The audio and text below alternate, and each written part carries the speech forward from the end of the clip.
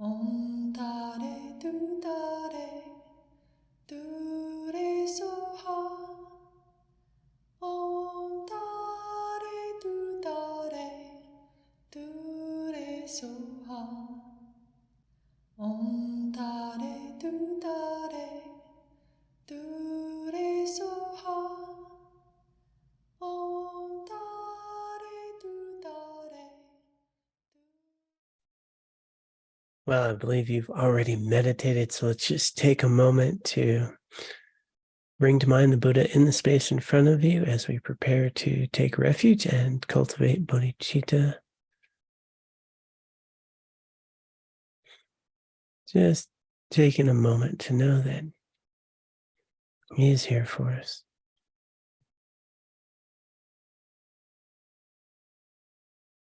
And let us begin. I take refuge until I'm enlightened in the Buddhas, the Dharma, and the Sangha through the positive potential I create by practicing generosity, ethics, patience, joyous effort, concentration, and wisdom. May I attain Buddhahood in order to benefit all sentient beings.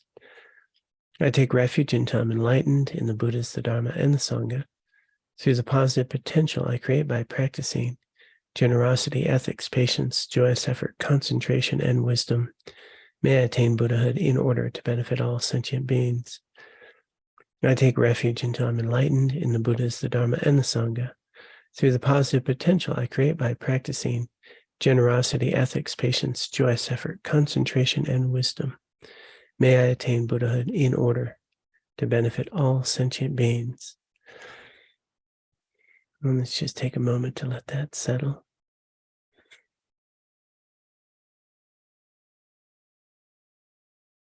All right, well, good to be with all of you. I'm virtual today. I'm actually in Texas, so I'm recording the teaching this morning.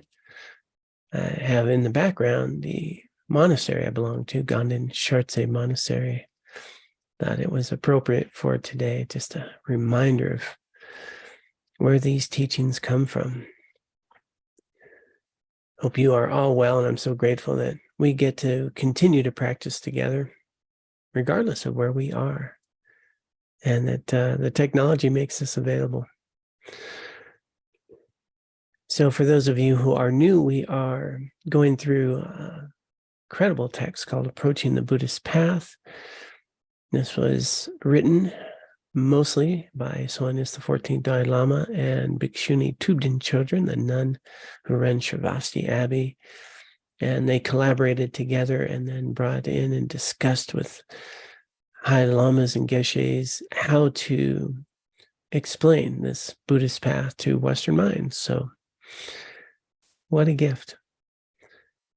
The last couple of weeks, we've been discussing the Buddhist perspective on emotions and afflictive emotions and the difference between a lasting happiness, a real helpful lasting happiness that might arise from difficult events and feelings, and how we distinguish that from just a short-term stimulus-driven emotion that comes and goes. And then we took a deeper dive into some afflictive states that are primary causes of lots of difficulties, but also sometimes might have some opportunity for cultivating this path of awakening, some greater understanding. So we covered attachment and fear. Last week was anger. And that's where we're picking it up. So let me go ahead and just get that text right here on the screen. Gotta love this stuff. Or struggle with it either way. All right. So we're still in the little piece, just wrapping up anger that we had discussed last week. It is difficult to experience the emotions associated with anger, hatred, resentment, vengeance, and so on, without some degree of hostility towards others. When we closely examine such emotions, we find that they are based on self-centeredness. As such, from a Buddhist perspective, Emotions falling under the umbrella of anger are distorted and harmful mental states to be abandoned. Having said that, we must be careful not to confuse anger with assertiveness. A person can speak or act firmly and forcefully without being angry, just as an angry person can be passive and withdrawn. So a key point here, just for a moment, is to remember and to remind everyone that anger, there's a trajectory of anger. There is little bits of agitation. We could be agitated. That's a form of anger. We could be in rage. That's the other spectrum. We can be frustrated, annoyed. These are varying degrees of anger, and is being pointed out here. Anger is a self-centered act usually, and as such, it's going to be problematic for us and others generally, but most of all for ourselves. But we don't want to confuse being assertive or doing things that can be forceful, that can be helpful with anger. So we can act in very forceful ways. A lot of people don't even understand that, like setting boundaries can be an act of compassion and standing up for yourself and being a person that is, able to fight social injustice. We talked a bit about that last week. Can be done without an angry mind, but a clear mind, forceful mind, can be done with compassion. So let's be clear about that. There's a difference between a mind of anger and an action of anger, and sometimes an action that may look angry, but with a mind of compassion. We're going to take a little deeper look at that right now. But I think the trajectory is important to remember, that there's a wide range of anger. We're not just always in full rage. So that last sentence was, a person can speak or act firmly and forcefully without being angry, just as an angry person can be passive and withdrawn. So being aware of the mind, not just the action. Sutrayana, the path based on the sutras, so the sutra path, that's mostly, it's a Pali canon, and like Vietnam, Thailand, Burma, Sri Lanka, these teachings on the path of an arhat, the path of liberation. Well, they see all instances of anger as based on distortion and hence damaging.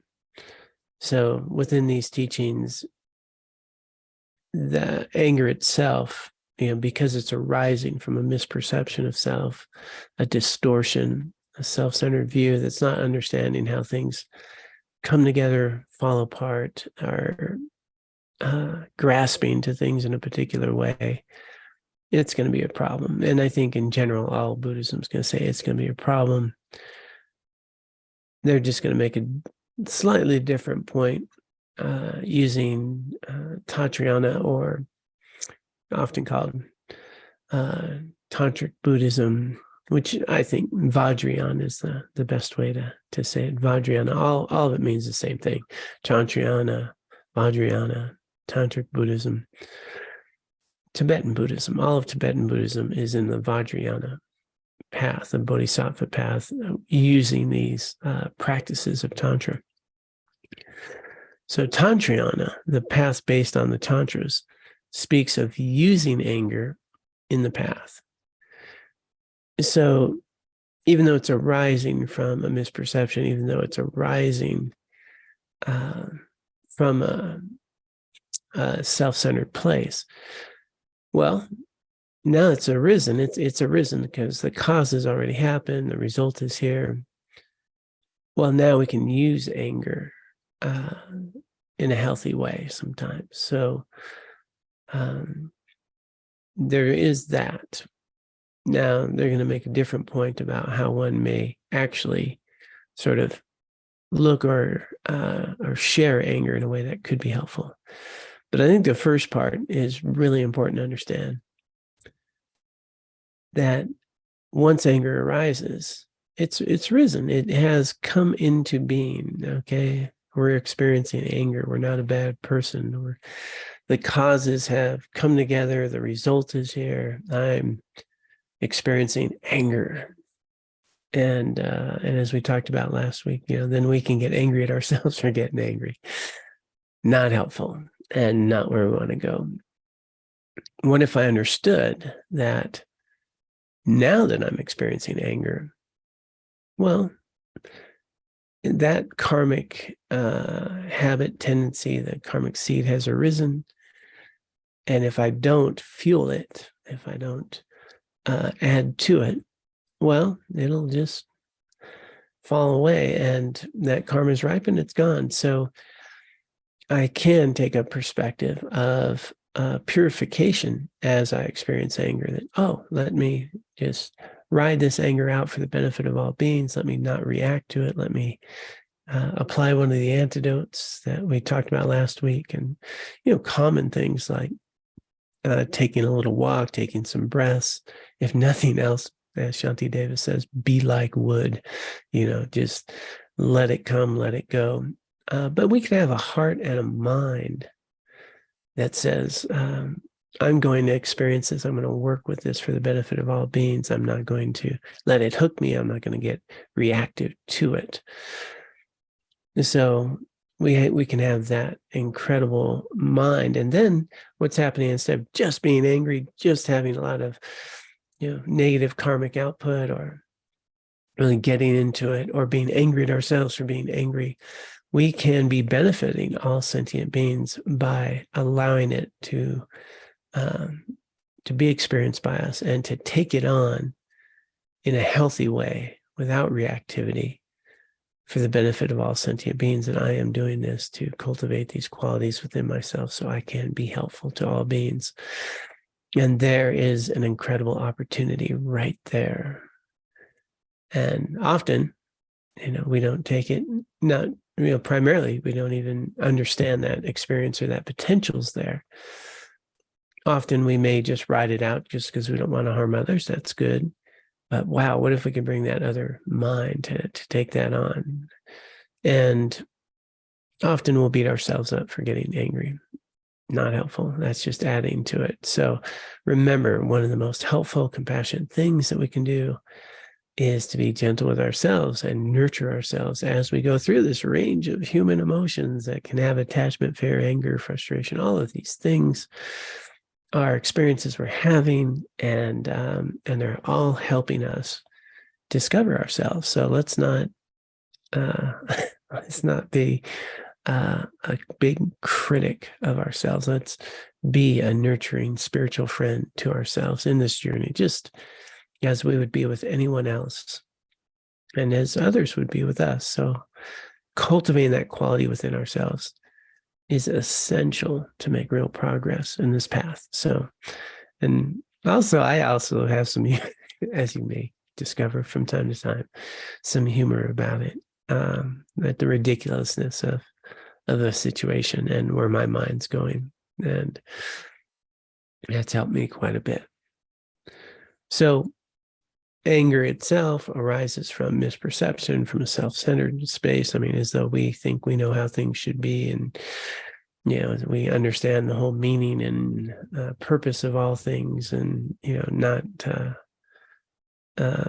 much of a clear reality in terms of the multiple lives and forces and insects and history and future that are all playing out. And I just wanted to go my way.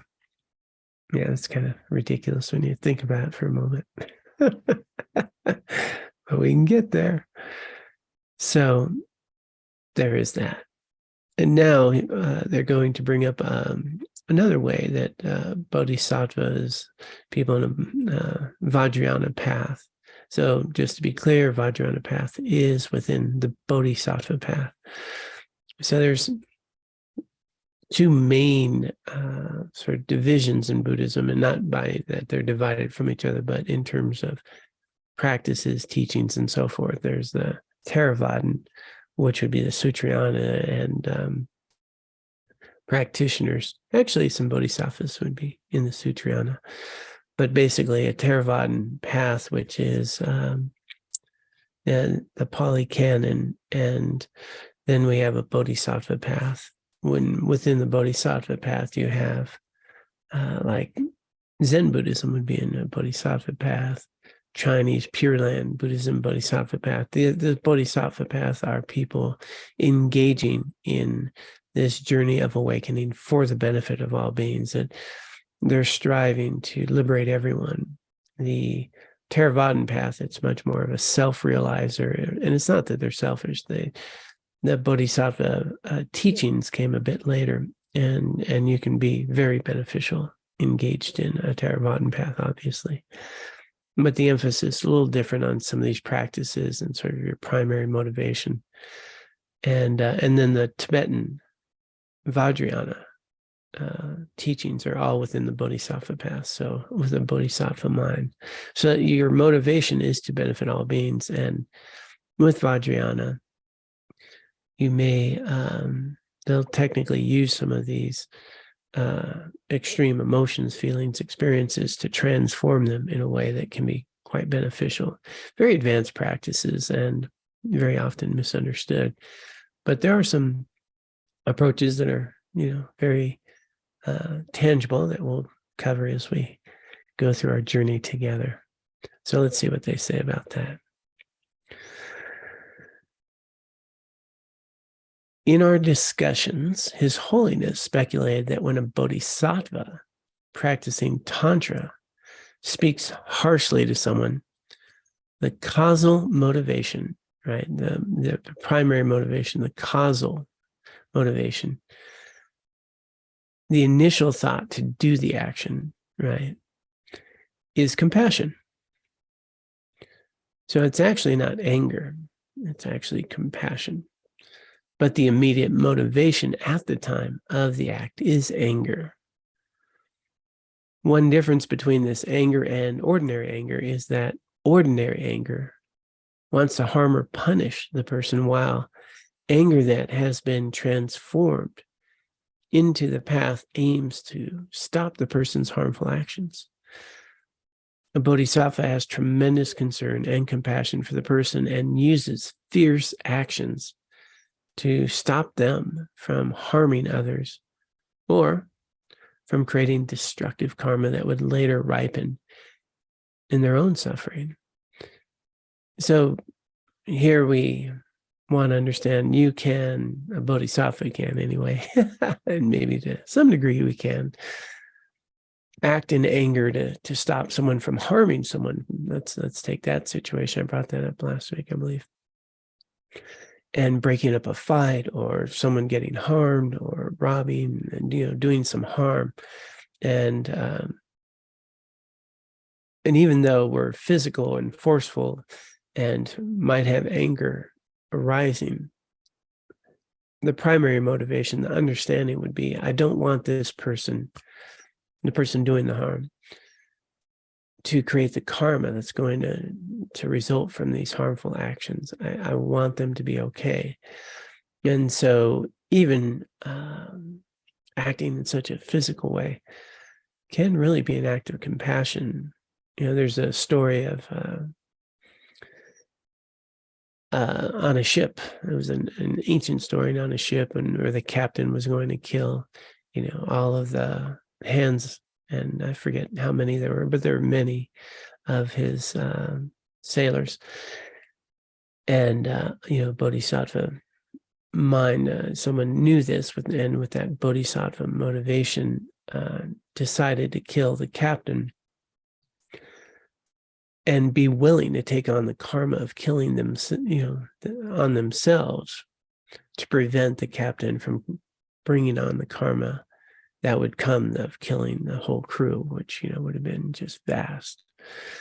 And so that would be like an example in that sense of where someone would step in with the heart of compassion, even willing to take on some negative karma to prevent someone else from, creating a ton of karma and harming people and saving all those lives as well. So these are ways that can happen, and they're bringing it up, but in general, very clear that not to rationalize our harmful, angry actions as acts of a bodhisattva when we're really just, pissed off. So, that's tricky business. So that's a really advanced mind. But I think in a subtle way that we could see some harm going on, and out of compassion, step in, maybe de-escalate a situation, and maybe have to share, a real harsh tone. I've done that, certainly. But I wasn't actually angry. So I was using, a presence of being forceful. And I've also actually just been angry and I was not a bodhisattva mind at all. So a little tricky here. I think that what they're trying to do is bring up a fuller perspective. But for us, I think the key is what I had mentioned earlier, that anger arises. What's important is how am I going to respond? How am I going to work with it? How am I going to grow from it? What's it telling me about myself? Generally, it tells me I'm caught up in myself and I am disillusioned. And I actually am starting to think I know what should happen, instead of seeking to learn from it, to grow from it, to know that this is an opportunity to develop myself. And I'm seeing my own mind grasping. All right, well, let's see where we're at here. I think we're coming up. Okay. So as stated here, that they might engage to prevent them from having some destructive karma that would later ripen in their own suffering. Just technical note, I do it all the time. If I see a him or a her, I'm just changing it to them and they. This is for everyone. In addition, the bodhisattva has deep wisdom and realizes the agent, the action, and the object all lack inherent existence. So a bodhisattva engaging in something like even killing someone is going to come from a place of wisdom, right, of emptiness. And that's what they're talking about, that the agent, the action, and the object. So the agent would be the person, the bodhisattva, the action, the activity they're doing, and the object that they're doing it to all lack inherent existence. And so they're highly realized and they're not caught up with themselves. There's no misperception about grasping onto a sense of self and who I am and how, I want things to be. It's literally from a mind that directly sees the emptiness of these actions, the emptiness not meaning that they're not there, but their inherent nature, and seeing them more accurately. And so pretty realized mind to be able to do all that. So let's be careful about rationalizing some of our own maybe behaviors that aren't very healthy as acting as a bodhisattva for everyone's own good. And, see what we can do from a heart of loving kindness and compassion with some wisdom to understand this very dynamic experience that we're having. It's interdependent at that moment, that is temporary and will come and go. All right. Well, I think we're getting on a roll here. This is such a well put together presentation by His Holiness and Tubten Chodron. And this here is Tubten Chodron's writing, her voice. In speaking of the possibility of using anger in the path, a guideline is warranted. Since beginners lack the requisite compassion, wisdom, and skill to transform a destructive emotion into the path, it's better for us to apply the antidotes as taught in the Sutrayana path and to practice restraint. So reinforcing what I've been trying to put out there. It's amazing how our minds can sometimes rationalize some things that are not very helpful for us or others. Okay. Well, I think there's a lot there to talk about, and I hope that as we wrap up, I do want to continue a bit. We have a little more time to really have a discussion at the end around anger. Actually, well, let me tap into that a bit.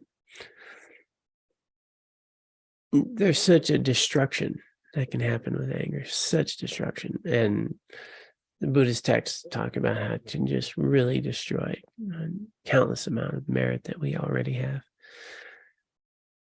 And it can harm ourselves, can harm others. It's very destructive. But it need not be. It need not be.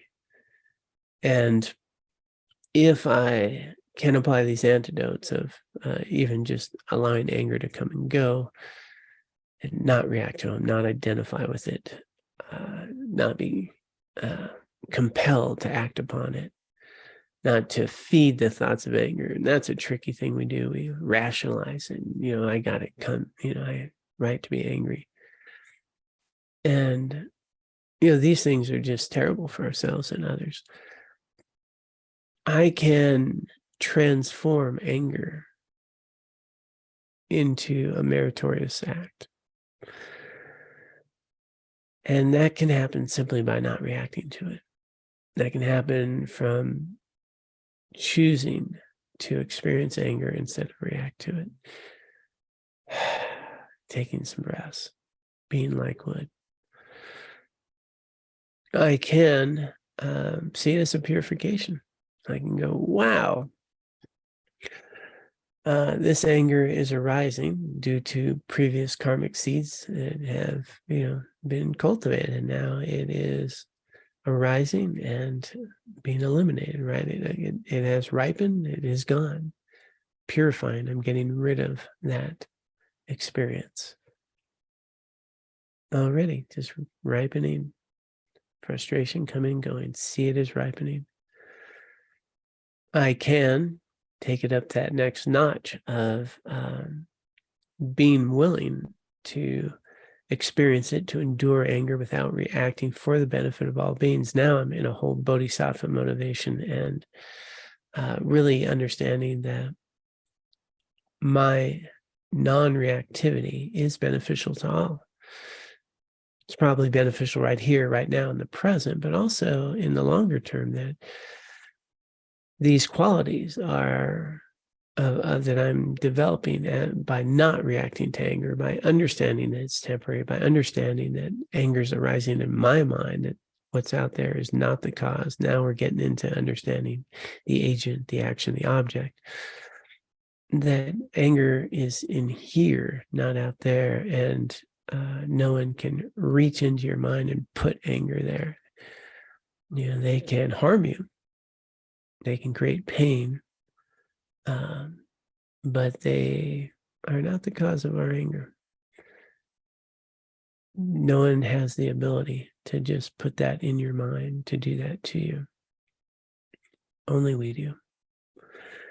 Now, we do it in relation to a myriad of causes and conditions, environmental things that have happened to us, traumas and difficulties and all of that. They all have created conditions for the way we see the world and the way we experience things, the way we experience ourselves. But ultimately, if I really get that the anger's arising in me, that they're not the cause, that thing's not the cause, I'm already in a whole new realm. And that's where I'm transforming this activity into wisdom, and understanding that event I'm focused on, the person I'm focused on, the thing that's happening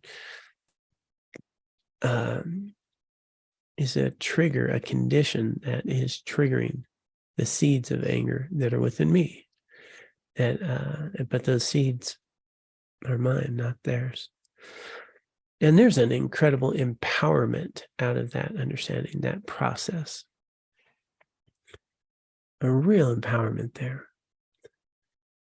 Not easy to reach when you're in anger. But if I recognize and understand this more and more, then you're going to eliminate its impact on us in time I mean, eliminate's a big word. Reduce. Let's start with reduce. Ultimately, you can eliminate. And so this brings me to what I think is just the most valuable advice hard to say one of the most valuable pieces of advice and insightful teachings that I've ever heard from His Holiness the 14th Dalai Lama. And that was just on anger itself. When someone asked him, what's the best way to deal with anger? And he said, to not get angry. To not get angry.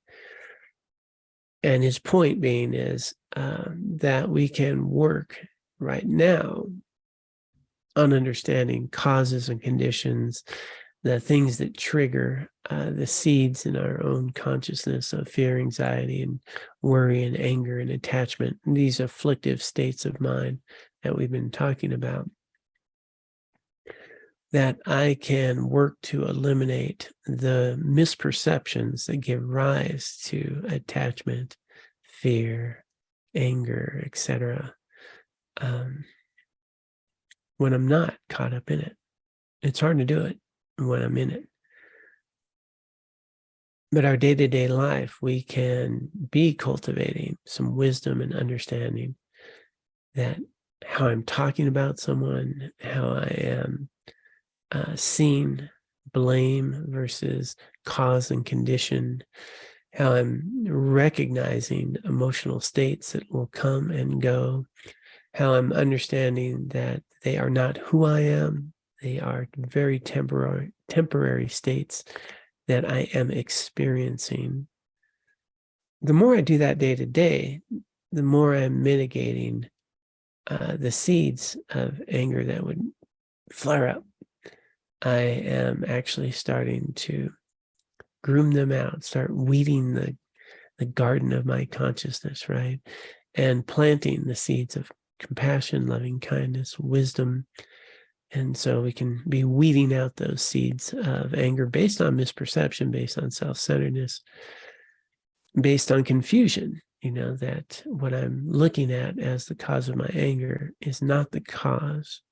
It's what they can call it, a secondary cause or a condition. It's less complicated to share it more as a condition that triggers this, the cause. And the cause is my own misperception, my own seeds of angers that I have grown and nurtured just through my life, seeing how things should be and how I want them to be, and so forth. And a misperception of self and others, and not understanding our interrelationship with each other's and dependently arising experience the way things are. And so we covered quite a bit of this at the early stages, but there may be some newer people here. What I'm talking about is to understand that we are always having a subjective experience, right? And my attitude, beliefs, my focus on self and how I see the world has been conditioned over time. And so I might get angry over something you wouldn't get angry over. Okay, so is it the thing or the event, or is it, my view on it? And so that would be a more clear way to start to understand that, and to start to understand that how I exist in the world is dependent upon, everyone who came before me, my parents, their grandparents, the schools I've been, the people who built the schools and so forth, that everything in my life is only here in dependence upon countless others. And even this text and these teachings which have come out, as a result of teachings over, 2,600 years, that's just the Buddha, but he received teachings, and those teachings were before him. And here we are today. So to understand that our experience is not independent, but very interdependent, and everything that I experience is empty of, sort of this independent view that I keep putting on things. I'm independent from you or from my food or from, anyone else. I actually don't exist independently in any way, shape, or form. I only exist in dependence upon, right? And so the more I understand that, so that's wisdom. And going back to the Sutrayana, anger is going to be a distortion. It's going to be, I'm very independent from these things, and those people are like that, and these things are like that. And so the anger is always going to be a distorted view, always going to be harmful, always going to be problematic. But the more that I understand interdependence, the more I can cultivate loving kindness, compassion, and wisdom. Again, being forceful in ways that are healthy and meaningful, understanding interdependence and how we need each other. And how every opportunity I experience is an opportunity to cultivate merit and wisdom. Well, then I can be working on that in between my bursts of anger. And I'd have a wonderful opportunity to reduce, first off, the times of anger, and then have a little more skill and capacity to engage with anger when it arises. So something just, say all the time, may have said it last week, the best times to work on these things is when we're not angry, right? And the best time to work on anger is when you're not angry. The best time to work on patience is when you don't need it. You can start being aware of the little aggravations of the day and work with that. I can also start noticing agitation and start working with that before it turns into a greater degree of anger. I can also understand that while I'm in this human form, I have some experiences, and these are opportunities to purify and to cultivate and plant the seeds of wisdom, loving kindness, compassion, to respond with some resilience, to engage with life with more understanding, recognizing, as we say, that this is not happening to me, it's happening for me, to grow, to learn, to develop myself, and take advantage of that. Jetsuma Tenzin Palmo, quotes one of her teachers, and it's great, we're talking, Tenzin Palmo is pretty awesome herself, but this is one of her great teachers who told her long ago, the only difference between, a difficulty and an opportunity is how you label it. Wow, right? Wow. We can sit here and talk about having a lot of difficulties, or we can recognize the opportunity. And the only difference, how we approach it. And these are coming from, this is not just a bumper sticker on a car. This is from wise practice yogis, highly realized practitioners. All right. Well, I'll tell you what, I think maybe that's a good pause rather than try to dive into disillusionment with the little time that we have left. I would like to encourage everyone to maybe stay on a bit and have a bit of a discussion and clarify some things, or maybe share some, hopefully something that you found that was meaningful or helpful. And during the week, let's see if we can see some opportunities instead of difficulties. If we can notice some anger and see how we can not react to it and be of benefit to others, to see if we can be more gentle with ourselves when we're angry. Yeah, that is a good bodhisattva practice.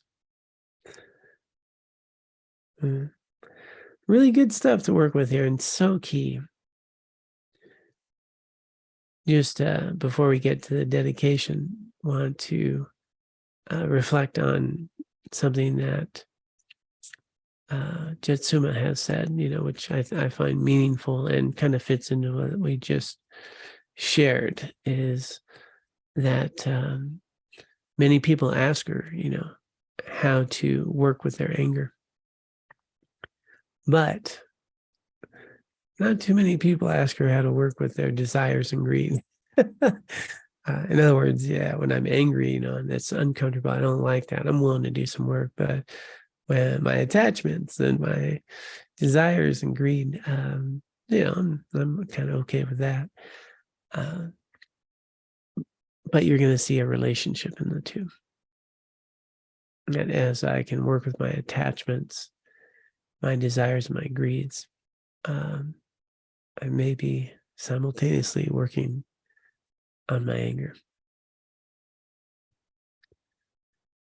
All right. Well, such a joy to be able to be with you and also share my monastery. This behind me is the main prayer hall for Ganden Shartse Monastery. And got all the monks out here in front doing some prayers in front of these stupas, Zong Rinpoche and Trijong Rinpoche stupas. And that's here on the right. And I used to live back, it'd be to the right. You see that tree to the right. It would be to your right, I think. Big tree and palm tree. Go down a little further to the right. Yeah, my little place used to be over there. Well, it's still there. I just don't live there. Yeah, some fond memories. All right, let's go ahead and dedicate the merit that we have already cultivated on this precious day that comes but once. Taking just a moment to remember and call special attention to all the efforts of so many who have provided these teachings for us.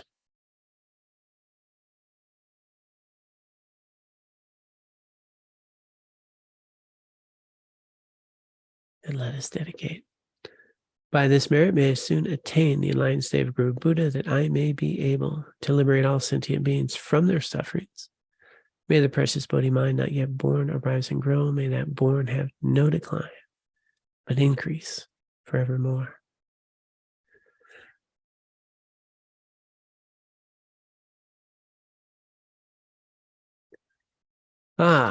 Thank you all so much. I do hope you stay on a bit and discuss the teaching. Do also want to let everyone know that I, as well as I'll be with Laura, my wife, we will be leading a 3-day meditation retreat to begin the new year, New Year's retreat. So anyone who'd like to join in on that, it is at the Mercy Center in Auburn, California. I'll make sure it's posted on our site. What a great way to start the year, though. A new year, 3 days of silence. We'll be focusing on shamatha meditation and an opportunity to really set some intention about how to engage in the new year, 2023. Wow. All right. Well, lots of love to you all. Please be well. Take good care of yourselves and good care of those around you. Om Tare Tu Tare Tu Re Soha. Om Tare Tu Tare Tu Re Soha. Om Tare Tu Tare Tu